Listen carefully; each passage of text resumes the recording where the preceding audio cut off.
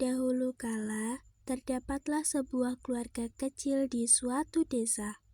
Keluarga tersebut beranggotakan ayah, ibu, dan seorang anak perempuan yang cantik jelita. Anak yang cantik itu bernama Bawang Putih. Ayah dalam keluarga tersebut berprofesi sebagai seorang saudagar. Keluarga mereka begitu harmonis dan bahagia. Pada suatu ketika, ibu Bawang Putih sakit keras dan akhirnya meninggal dunia. Bawang Putih dan ayahnya begitu sedih dengan adanya kejadian tersebut.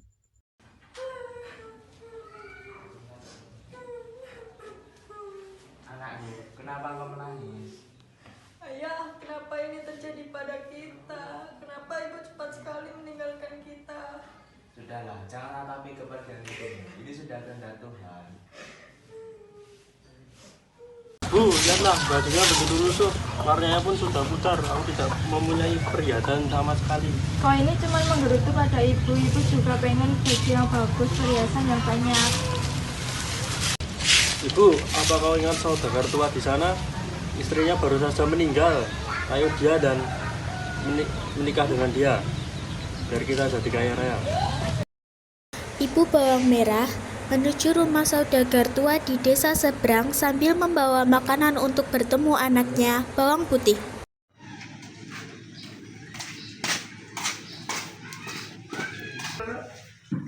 Bawang putih buat kamu. Wah, ini apa ibu? Wow. Aku coba ya bu. Iya. Bawang putih aku akan makannya enak yang dibawakan. Ini enak banget bu. Wah, ibu sangat senang sekali mendengarkannya. Besok ibu makan lagi ya. Ya, terima kasih bu. Sama-sama. Karena begitu seringnya ibu Bawang Merah berkunjung ke keluarga Bawang Putih, ayah Bawang Putih pun merasa cocok dengan ibu Bawang Merah. Ayah Bawang Putih bermaksud untuk menikahi ibu Bawang Merah. Anakku, Iya ya. ayah ingin bertanya sesuatu. Tanya apa ya? Apakah kamu setuju jika ayah menikah lagi? Menikah dengan siapa ya? Ibu Bawang Merah. Jika ayah menyetujuinya, aku hanya bisa setuju dengan pendapat ayah. Lagi pula, ibu Bawang Merah juga baik kepadaku. Baiklah jika kamu setuju. Ayah akan menyatakan maksud ayah pada Ibu Bawang Merah. Baik ayah. Setelah mendapatkan persetujuan dari Bawang Putih, ayah Bawang Putih dan ibu Bawang Merah akhirnya menikah. Anakku, Bawang Merah dan Bawang Putih, ayah pergi dulu ya. Doakan semua pekerjaan ayah lancar. Ingat, kalian harus akur pada ibu kalian baik-baik. Ya, ya.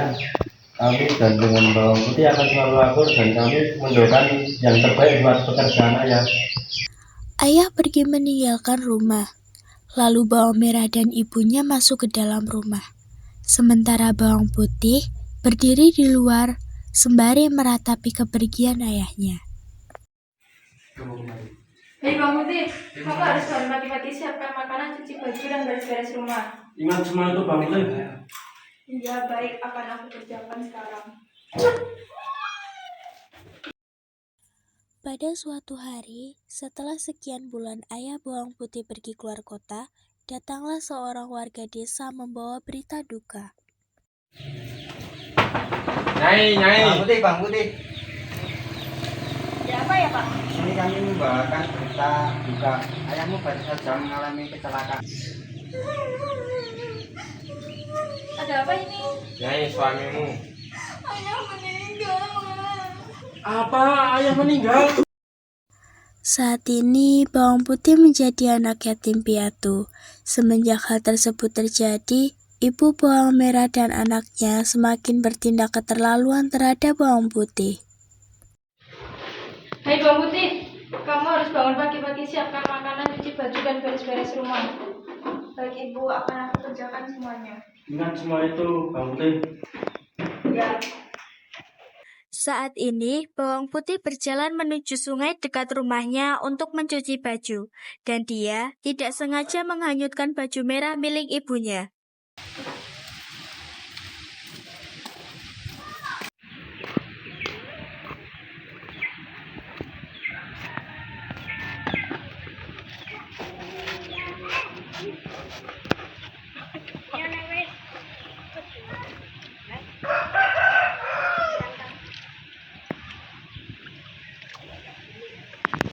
Setelah melihat baju ibunya hanyut, Bawang Putih dengan rasa bersalah pulang ke rumahnya untuk berbicara dengan ibu Bawang Merah terkait bajunya.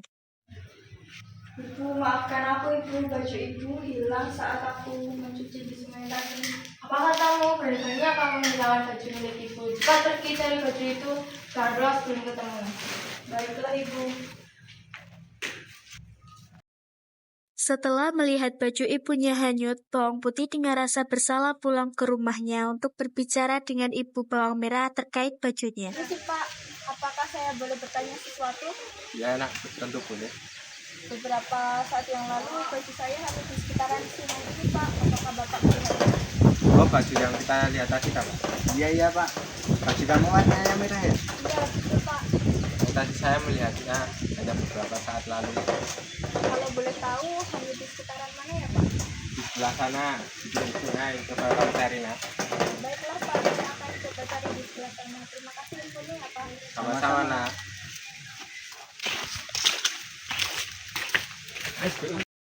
Saat mencari pakaian tersebut, tak terasa perjalanan Bawang Putih sudah sangat jauh, dan Bawang Putih pun merasa lelah. Tiba-tiba, ia melihat gubuk tua. Bawang Putih pun berniat untuk beristirahat di gubuk tersebut. Ini sih, apakah ada orang di dalam? Silakan masuk. Iya. Siapa dulu? Ada apa yang datang ke sini? Saya Bawang Putih, Kek. Tadi saya mencari baju saya yang hanyut di sungai. Namun sampai saat ini belum ketemu bajunya dan saya sudah lelah, Kek. Apakah saya boleh singgah sebentar di sini? Oh, baju warna merah itu punyamu. Iya, betul, Kek. Baiklah, akan kukasih padamu, tapi dengan satu syarat. Apa itu syaratnya, Kek? Kamu harus menginap di sini selama beberapa hari untuk menemani kakek. Kalau begitu, syarat dari kakek, saya akan memenuhi persyaratan dari kakek, asalkan baju saya bisa kembali. Saat di rumah kakek, Putih terlihat rajin membantu pekerjaan rumah kakek. Putih terlihat sedang membantu kakek merapikan gubuknya dan melipat tikar di lantai. Marilah, Ada apa ya, Kek? kau telah menepati janji. Ini baju merah yang kau cari. Wah, terima kasih ya, Kek. Ibu pasti sangat senang melihat bajunya bisa kembali lagi. Kakek juga punya 2 bingkisan untukmu. Pilihlah salah satunya. Wah, nggak usah, Kek. Saya ikhlas melakukan semua ini. Ayolah Putih, kakek akan sangat tenang jika kau memilih salah satunya. Baiklah, saya akan memilih yang ini saja. Kamu yakin kamu tidak memilih yang lebih besar? Tidak usah, yang besar itu untuk kakek saja. Baiklah jika begitu. Terima kasih ya, Kek. Baiklah, hati-hati di jalan. Baik, Kek. Setelah sampai di rumah, Bawang Putih pun langsung menemui ibu Bawang Merah untuk memberinya baju yang tak sengaja hilang itu. Hai Bawang Putih, dari mana kamu mendapatkan emas itu? Aku mendapatkan emas ini dari kakek-kakek yang aku temui saat aku mencari baju ibu di sungai. Ibu, ada emas ini. Mana emasnya? Wah, akan aku bawa emas ini. Tapi Bu, Bawang Merah pun mengusulkan untuk mencari keberadaan kakek itu. Nah, gimana kalau aku juga mencari kakek-kakek tua itu? wah ide bagus, Nak. Keesokan harinya, Bawang Merah menghanyutkan pakaiannya dengan sengaja ke sungai. Setelah itu, ia melakukan hal yang sama seperti yang dilakukan oleh Bawang Putih.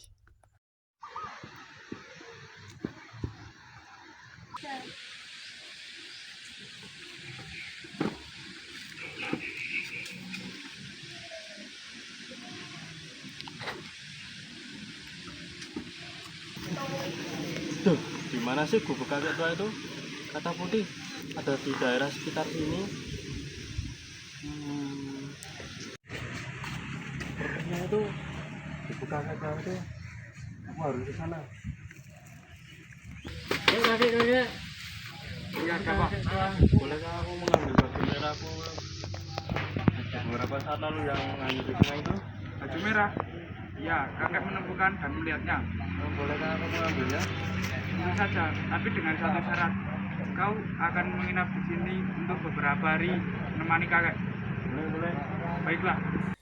Bawang merah menemukan gubuk kakek tua itu, dan ia pun memutuskan untuk melakukan hal yang sama seperti yang dilakukan oleh bawang putih. Sudah beberapa hari, bawang merah tinggal bersama kakek tersebut. Selama ia bersama kakek, hal yang ia kerjakan hanyalah bermalas-malasan saja, dan tidak ada hal baik yang ia lakukan. Lalu mana imbalanku? Kakek mempunyai 2 bingkisan. Pilihlah salah satunya.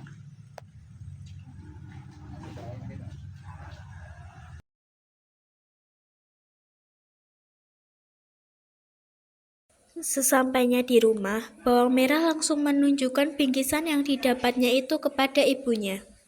Lalu, sebelum bawang merah dan ibunya membuka bingkisan yang diberikan kakek itu, mereka menyuruh bawang putih untuk mencuci baju di sungai. Saat bawang merah dan ibunya membuka bingkisan tersebut, mereka terkejut karena yang mereka dapat bukanlah sebungkah emas, melainkan sebuah ular.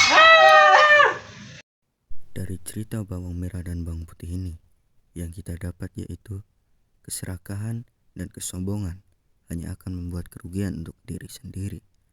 Orang yang serakah akan selalu kurang dimanapun dan kapanpun dia berada.